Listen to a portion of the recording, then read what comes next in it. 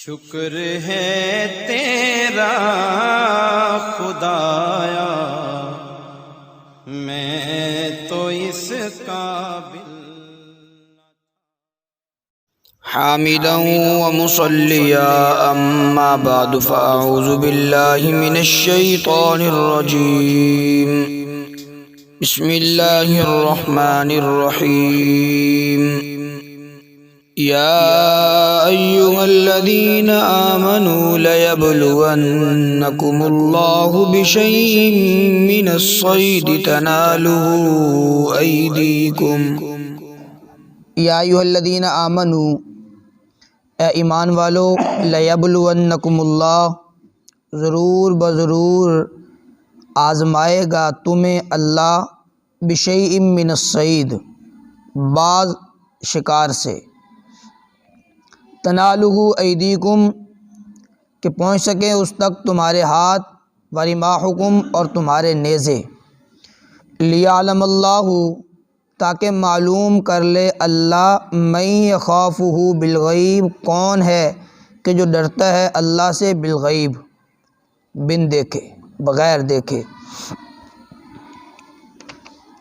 فمن اعتدی بعد ذلک، جو شخص حد سے بڑھے گا اس کے بعد، فلہ عذاب علیم، اس کے لیے دردناک عذاب ہے۔ صلح حدیبیہ والا جو واقعہ ہے 6 ہجری کے اندر یہ پیش آیا۔ اصحاب علیہم رضوان تشریف لے کر کے گئے آقا علیہ الصلوۃ والسلام کے ساتھ۔ جب عمرہ کرنے کے لیے تشریف لے جا رہے تھے تو اس وقت سب نے احرام باندھے ہوئے تھے، تو حالت احرام کے اندر جانور کو ذبح نہیں کیا جا سکتا، لیکن اللہ کریم جل شانہ نے ان کی آزمائش کے لیے وہاں پر بہت سارے جانوروں کو بھیج دیا، بہت سارے پرندوں کو، جو حلال پرندے تھے، بہت سارے جانور، وہ ان کے خیموں کے اندر خود بخود ہی آ جاتے، وہ بالکل اتنے ان کے قریب آ گئے تھے کہ ہاتھ سے پکڑ سکتے تھے، انہیں ہاتھ سے پکڑ کر ان کا شکار کر سکتے تھے، انہیں پکڑ سکتے تھے۔ تو اللہ کریم جل شانہ نے یہ آیت بھی نازل فرما دی، یا ایھا الذین آمنوا، اے ایمان والو، لیبلونکم اللہ، ضرور بضرور اللہ تمہیں آزمائے گا، بشیء من الصید، بعض شکار سے، کہ حالت احرام کے اندر شکار کرنا جائز نہیں ہے، لیکن تم شکار کرتے ہو یا نہیں کرتے۔ لیکن اس آزمائش کے اندر آقا کریم علیہ الصلوۃ والسلام کے جتنے بھی اصحاب تھے، رب کائنات نے سب کو کامیاب اور کامران فرمایا، سارے کے سارے کامیاب ہوئے، کسی نے وہ ان شکاروں کی طرف اپنی رغبت نہ کی۔ تنالہ ایدیکم، کہ پہنچ سکے تمہارے ہاتھ، ورماحکم، اور تمہارے نیزے اس شکار تک، یعنی اتنے وہ شکار تمہارے قریب تھے کہ تمہارے ہاتھ بھی وہاں تک پہنچ سکے، تمہارے نیزے بھی پہنچ سکے۔ لیعلم اللہ من یخافہ بالغیب، تاکہ اللہ جان لے، اللہ معلوم کر لے، من یخافہ بالغیب، کہ کون ہے کہ جو اللہ سے ڈرتا ہے بن دیکھے، اللہ سے ڈر کے اس شکار کی طرف وہ رغبت نہ کرے۔ تو اصحاب نے کوئی رغبت نہ کی۔ فمن اعتدی بعد ذلک، فرمایا جو شخص حد سے بڑھے گا اس کے بعد، فلہ عذاب علیم، اس کے لیے دردناک عذاب ہے۔ یا ایھا الذین آمنوا لا تقتلوا الصید وانتم حرم، حالت احرام کے اندر شکار کرنے کی ممانعت فرمائی ہے۔ یا ایھا الذین آمنوا، اے ایمان والو، لا تقتلوا الصید، نہ تم قتل کرو، نہ تم مارو شکار کو، وانتم حرم، جبکہ تم حالت احرام کے اندر ہو، احرام کی حالت میں تم شکار کو قتل نہ کرو، اس کو نہ مارو۔ ومن قتلہ، ہاں جو شخص قتل کر دے گا، منکم، تم میں سے، متعمدن، جان بوجھ کر، فجزاؤہ، پھر اس کا بدلہ، اس کی جزا، مثل ما قتل من النعم، مثل اس کے جو اس نے قتل کیا مویشی میں سے، جس جانور کو قتل کیا اس کے برابر اس پر اس کی سزا ہوگی، اس کی جزا ہوگی۔ یحکم بہ ذوی عدل، فیصلہ کریں گے اس کا ذوی عدل، منکم، تم میں سے 2 معتبر آدمی، ہدین، بطور ہدی کے، بطور قربانی کے، بالغ الکعبہ، وہ کعبہ کو پہنچتی ہو، او کفارۃ طعام مساکین، یہ کفارہ مساکین کو کھانا کھلانا، یہ کفارہ ادا کرے گا، او عدل ذالک، یہ اس کے برابر، صیامن، روزے رکھے، لیذوق وبال امری، تاکہ تم چکھو، لیذوق، تاکہ وہ چکھے، وبال امری، وبال امری، اپنے کام کا وبال چکھے۔ فاللہ عما سلف، اللہ نے درگزر فرمایا، عما سلف، جو کچھ پہلے ہو چکا، ومن عاد، اور جو شخص دوبارہ پھرے گا فینتقم اللہ من، پھر اللہ اس سے انتقام لے گا۔ واللہ عزیز ذو انتقام، اور اللہ غالب ذات ہے، انتقام لینے والی ذات ہے، بدلہ لینے والی ذات ہے۔ قتال نہیں کرنا حالت احرام کے اندر۔ جب کوئی آدمی اس نے احرام باندھ رکھا ہو اس وقت وہ قتال کرنا اس کے لیے ناجائز ہے، وہ قتال نہ کرے، وہ شکار نہ کرے۔ حالت احرام میں شکار کی ممانعت ہے کہ جب تم نے احرام باندھ رکھا ہو تو اس وقت تمہیں شکار نہیں کرنا چاہیے، شکار کرنے سے منع فرما دی ہے، شکار کرنا یہ حرام ہے حالت احرام میں۔ ومن قتلہ منکم متعمدا، اور جو شخص قتل کرے تم میں سے جان بوجھ کر، کسی جانور کو اس نے قتل کر دیا، کسی جانور کا اس نے شکار کر لیا، تو اس پر کیا کفارہ ہوگا، کیا اس پر وہ جرمانہ عائد ہوگا؟ فجزاؤہ، پس اس کی جزا مثل ما قتل من النعام، مثل اس کے جو اس نے قتل کیا ہے مویشی میں سے، جس جانور کو اس نے قتل کیا ہے۔ امام اعظم ابو حنیفہ رحمۃ اللہ علیہ، امام ابو یوسف رحمۃ اللہ علیہ ارشاد فرماتے ہیں کہ اس جانور کی قیمت کا اندازہ لگایا جائے گا۔ اندازہ کون لگائے؟ یحکم بہ ذوی عدل منکم، تم میں سے 2 معتبر آدمی اس کا اندازہ لگائیں کہ کتنا اندازہ ہے، وہ کتنے کا جانور ہے، اس کی قیمت کتنی ہو سکتی ہے۔ جتنی اس کی قیمت ہوگی اس قیمت کا ایک جانور خرید کر ہدین، بطور قربانی کے، بطور ہدی کے، بالغ الکعبہ، کعبہ کی طرف بھیج دے، کعبہ کے اندر پہنچے۔ یعنی یہ جو کفارہ ہوگا یہ کفارہ کعبہ کے اندر، کعبۃ اللہ کے جو وہ مکہ مکرمہ ہے، بیت اللہ کے جو مضافات کے اندر جو جانور ذبح کیے جاتے ہیں وہاں پر اس جانور کو بھیجے۔ یعنی یہ کفارے والا جانور کعبۃ اللہ سے باہر اس کو ذبح نہیں کیا جائے گا۔ ہدین بالغ الکعبہ، بطور ہدی کے، بطور قربانی کے، بطور نیاز کے یہ بھیجے۔ کہاں پر بھیجے گا؟ بالغ الکعبہ، کعبہ کی طرف، کعبہ کو پہنچ تو یہ قربانی وہاں پر پہنچائے۔ ایک تو یہ بات کہ جو اس جانور کی قیمت کا اندازہ لگا کر اتنی قیمت کا ایک جانور خرید کر ہدین بالغ الکعبہ، بطور ہدی کے کعبۃ اللہ کی طرف اسے بھیجا جائے گا۔ دوسری بات، اگر وہ اس کے ذریعے نہیں دینا چاہتا تو فرمایا طعام کفارۃ طعام مساکین، پھر کفارہ ادا کرے گا مساکین کو کھانا کھلا کر۔ اب مساکین کو کھانا کیسے کھلائے گا؟ اس کے اندر بھی یہ کہ اس جانور کی قیمت کا اندازہ لگایا جائے گا، جتنی اس کی قیمت ہوگی اس قیمت کا مساکین کو کھانا کھلا دے، یا پھر مساکین کو وہ غلہ خرید کر وہ ان کے حوالے کر دے، ان کو دے دے۔ ہر ایک مسکین کو اتنا غلہ دے گا جتنا صدقہ فطر دیا جاتا ہے۔ صدقہ فطر کتنا ہوتا ہے؟ نصف سا، نصف سا یہ 2 سیر، پونے 2 سیر، پونے 2 سیر سے کچھ زائد ہوتا ہے، تو احتیاطاً اسے 2 سیر کہا جاتا ہے۔ نصف سا یہ 2 سیر کا ہوتا ہے احتیاطاً۔ خیر، ہر ایک مسکین کو جتنا بھی اس قیمت کا غلہ ہے، جتنا بھی غلہ آ جائے اس غلے کے 2 سیر کرے گا، پھر ہر ایک مسکین کو وہ 2 سیر وہ غلے والے ان کو دے دے گا۔ یہ ہے کفارۃ طعام مساکین، مساکین کو کھانا کھلائے بطور کفارے کے۔ اور تیسری بات یہ ہے کہ او عدل ذالک، اگر یہ اس کے ذریعے، غلے کے ذریعے، پیسوں کے ذریعے وہ قیمت نہیں دینا چاہتا، اس کا کفارہ نہیں ادا کرنا چاہتا، تو پھر او عدل ذالک صیامن، یا اسی کے برابر وہ روزے رکھے گا۔ یعنی جتنا اس نے غلہ خریدا ہے اس غلے کے جتنے حصے بنتے ہیں 2 سیر کے اعتبار سے، جتنے مساکین تک وہ غلہ پہنچ سکتا تھا، پھر اسی اعتبار سے اندازہ لگائیں گے۔ اگر یہ 10 آدمیوں تک پہنچ سکتا تھا وہ 10 روزے رکھے گا، 5 آدمیوں تک یہ غلہ پہنچ سکتا تھا تو 5 روزے رکھے گا۔ او عدل ذالک، یا اسی کے برابر صیام ماہ، روزے رکھے۔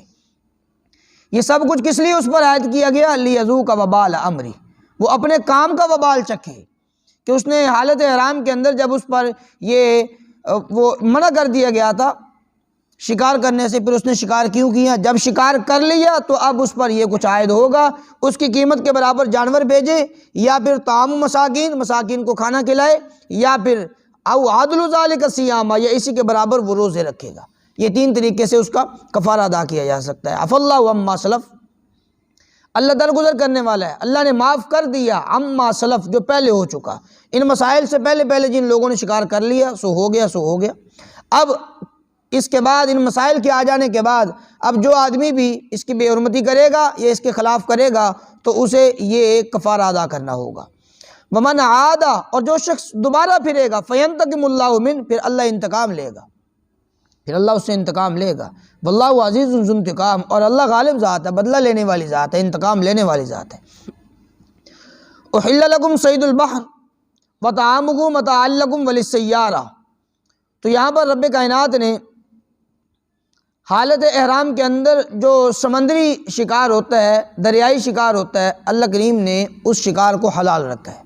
احل لکم، حلال کر دیا گیا ہے، لکم تمہارے لیے، صید البحر، صید البحر دریائی شکار، سمندر کا جو شکار ہے وہ تمہارے لیے حلال کر دیا گیا ہے۔ وطعامہ، اور اس کا کھانا،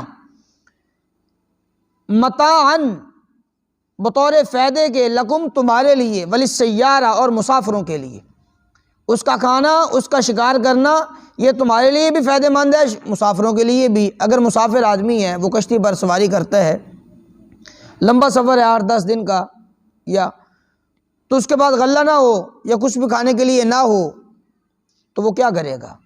تو رب کائنات نے وہاں پر مچھلی کا شکار کرنے کی اجازت دی ہے کہ مچھلی کا تم شکار کر سکتے ہو، دریائی شکار کر سکتے ہو۔ یہ دریائی جانور وہی ہے، اس سے وہی جانور مراد ہے کہ جو ان کی پیدائش بھی دریا کے اندر ہوتی ہے، اور خشکی والے جانور وہ ہوتے ہیں کہ جن کی پیدائش خشکی کے اندر ہوتی ہے، وہ دریا کے اندر ان کی پیدائش نہیں ہوتی۔ تو فرمایا تمہارے لیے حلال کر دیا گیا ہے صید البحر دریائی جانور، وطعامہ اس کا کھانا، متاعا لکم وللسیارہ تمہارے لیے بھی فائدہ، وللسیارہ اور مسافروں کے لیے بھی۔ اور وحرم علیکم صید البر ما دمتم حرما، حرام کر دیا گیا ہے تم پر صید البر، خشکی کا جانور، خشکی کا شکار، جنگل کا شکار، وہ تمہارے اوپر حرام کر دیا گیا ہے۔ کب تک؟ ما دمتم حرما، جب تک تم حالت احرام کے اندر ہو، جب تک تم نے احرام باندھ رکھا ہے اس وقت تک خشکی کا جو شکار ہے وہ تمہارے اوپر حرام ہے۔ ہاں اگر وہ طری کا شکار ہے، اس کو دریائی شکار ہے، سمندری شکار ہے، اس کو تم وہ شکار کر سکتے ہو، وہ حلال ہے، لیکن جو جنگل کا شکار ہے وہ تمہارے لیے حرام ہے۔ واتقوا اللہ، اللہ سے ڈرتے رہو، ان مسائل کے اندر خلاف ورزی نہ کرو۔ جب تم نے احرام باندھ رکھا ہو تو اس وقت تم ان چیزوں کی خلاف ورزی نہ کرو۔ ہاں وہ جانور جو تمہیں نقصان پہنچانے والے ہیں، مثلا کوئی باولا کتا ہے، کاٹنے والا کتا ہے، کوئی بچھو ہے، سانپ ہے وغیرہ، اس طرح کی کوئی چیز آ جائے تمہیں نقصان پہنچانے والی، اس کو مارنے کی اجازت ہے، اس کے اندر وہ حرام نہیں ہے، اس کو مار سکتے ہیں اپنے آپ کو بچانے کے لیے۔ واتقوا اللہ، تم اللہ سے ڈرتے رہو، الذی الیہ تحشرون، وہ اللہ کہ اسی کی طرف تم نے لوٹ کر جانا ہے، تحشرون اسی کی طرف تم اٹھائے جاؤ گے، سب کے سب جمع کیے جاؤ گے۔ جعل اللہ الکعبۃ البیت الحرام قیاما للناس، بنایا اللہ تعالیٰ نے الکعبہ، کعبہ، البیت الحرام جو حرمت والا گھر ہے، احترام والا گھر ہے، ادب والا گھر ہے، اس کو بنایا قیاما، جائے قیام، ٹھہرنے کی جگہ، للناس لوگوں کے لیے، لوگوں کے لیے ٹھہرنے کی جگہ بنایا۔ حج عمرے کے لیے لوگ جاتے ہیں اب تو وہاں پر ٹھہرتے ہیں، یا اس کے علاوہ ویسے بھی زمانہ جاہلیت سے رب کائنات نے مکہ مکرمہ کو بہت فضیلت عطا فرمائی اور بہت نوازا، مال سے بڑا نوازا ہے، تو بہت سارے وہ تاجر لوگ وہاں پر اپنا مال لے کر جاتے، اور جو مضافات سے لوگ وہاں پر آتے، اگر وہ مضافات سے وہ چیزیں نہ ملتی تو بیت اللہ سے وہ چیزیں مل جایا کرتی تھی، حرم کعبہ سے وہ ساری کی ساری چیزیں مل جایا کرتی تھی۔ تو رب کائنات نے یہاں پر یہ مسافروں کے لیے بھی، اور جو حج عمرہ کرنے والے ہیں ان کے لیے بھی، جو تاجر ہیں ان کے لیے بھی، فرمایا سب کے لیے قیاما للناس، یہ ٹھہرنے کی جگہ بنایا ہے بیت اللہ کو، یہ کعبۃ اللہ کو، اور فرمایا اس کا احترام کرنا بھی ضروری ہے، کیونکہ یہ آقا کریم علیہ السلام کی جائے پیدائش ہے، حضور علیہ السلام کی۔ رب کائنات نے مکہ مکرمہ کو یہ شرف عطا فرمایا کہ اپنے پیارے حبیب کو اسی جگہ پر پیدا فرمایا، یہ ایک شرف ہے کعبۃ اللہ کے لیے بہت بڑا، تو فرمایا اس کا ادب و احترام کرنا انتہائی ضروری۔ والشہر الحرام، اشہور حرم جو حرمت والے مہینے ہیں ان کا احترام کرنا بھی ضروری ہے، اس سے بالخصوص جو حج کا مہینہ ہے وہ مراد ہے، ذی الحجہ کا مہینہ وہ بالخصوص اس سے مراد ہے، اور باقی مہینے بھی۔ والہدی، اور قربانی، اس کا بھی احترام کرے، جو قربانی والا جانور ہو اسے خام خواہ تکلیف نہیں پہنچانی چاہیے۔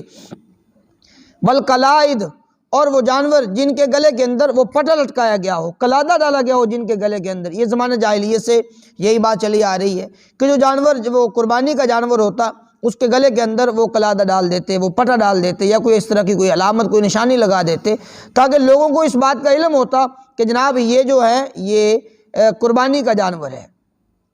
جس طرح ہم نے اس صورت کی ابتدا کے اندر پڑھا کہ جو حاجی حضرات آتے آمین آمین البیت الحرام، جو بیت اللہ کی طرف آنے والے لوگ ہوتے تھے وہ اپنے ساتھ جو قربانی کا جانور رکھتے تھے ان کے گلے کے اندر وہ پٹا لٹکایا ہوتا تھا تاکہ لوگ اس کو دیکھتے انہیں پتہ چل جاتا کہ یہ قربانی کا جانور ہے، وہ اس کو تکلیف نہیں پہنچاتے تھے۔ والقلائد، قلادہ ڈالے ہوئے جانور۔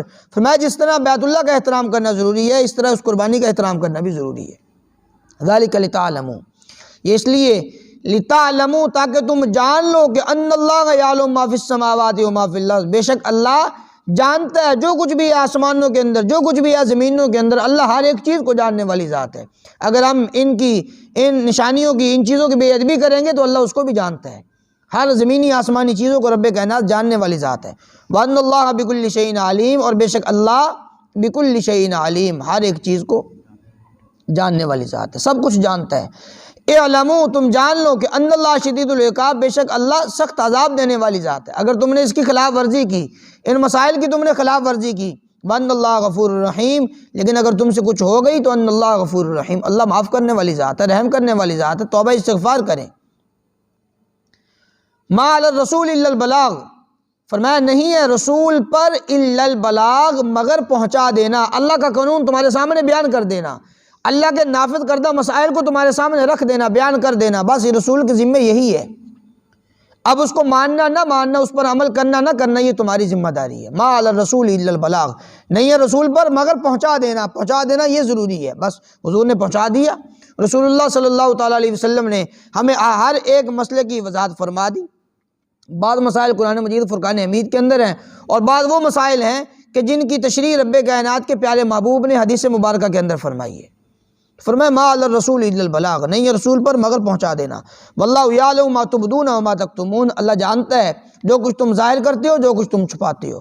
قل لا یستوی الخبیث، اے محبوب آپ فرما دیجئے کہ لا یستوی الخبیث، نہیں ہے برابر الخبیث ناپاک، اور والطیب اور پاک، ناپاک اور پاک یہ دونوں برابر نہیں ہیں۔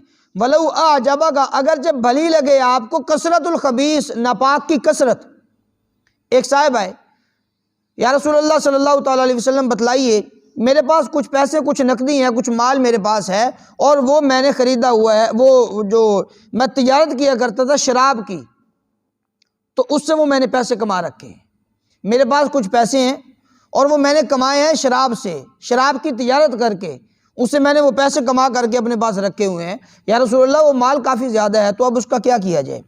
بیت اللہ کے اندر میں اس کو لگا دوں، حاجیوں پر خرچ کر دوں، جہاد پر خرچ کر دوں؟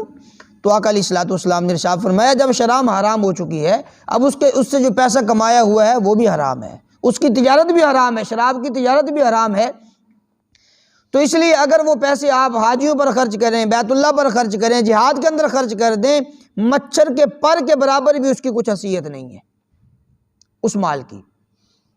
لیکن اس کے بالمقابل حضرت عمر بن عبدالعزیز رحمۃ اللہ علیہ جب وہ خلافت پر آئے تو انہوں نے بیت المال کے اندر جتنے بھی وہ نجائز ٹیکس لیے ہوئے اور بیت المال کو وہ بھرا ہوا تھا، بیت المال کے اندر پیسہ جمع کیا ہوا تھا لوگوں کے نجائز ٹیکسوں کے ساتھ، تو آتے ہی سب سے پہلے انہوں نے وہ ٹیکس ان کے واپس کیے، سب لوگوں کے واپس کر دیے۔ جو امیر خزانہ تھا اس نے جناب خط لکھا حضرت عمر بن عبدالعزیز رحمۃ اللہ علیہ ان کی طرف کہ جناب بیت المال تو خالی ہو چکا ہے۔ تو حضرت نے اس کے جواب کے اندر یہ آیت لکھ کر اس کو بھیجی، قل لا یستوی الخبیث والطیب، فرمایا کہ نہیں برابر ہو سکتی خبیث ناپاک چیزیں اور پاک چیزیں، یہ برابر نہیں ہو سکتی۔ ولو اعجبک کثرت الخبیث، اگرچہ بھلی لگے آپ کو ناپاک چیز کی کثرت، ناپاک مال کی کثرت، اگرچہ وہ آپ کو اچھی لگے بھلی لگے، یہ برابر نہیں ہو سکتے۔ ناپاک مال کو رکھ کر ہم بیت اللہ کو وہ اپنے بیت المال کو بھریں، اس سے بہتر یہ ہے کہ ہم خالی کر دیں اپنے بیت المال کو اور پاک رکھیں، اسے ناپاک نہ کریں۔ فاتقوا اللہ، اللہ سے ڈرو، یا اولی الالباب، اے عقل والو، اللہ سے ڈرو، لعلکم تفلحون، تاکہ تم فلاح پا جاؤ۔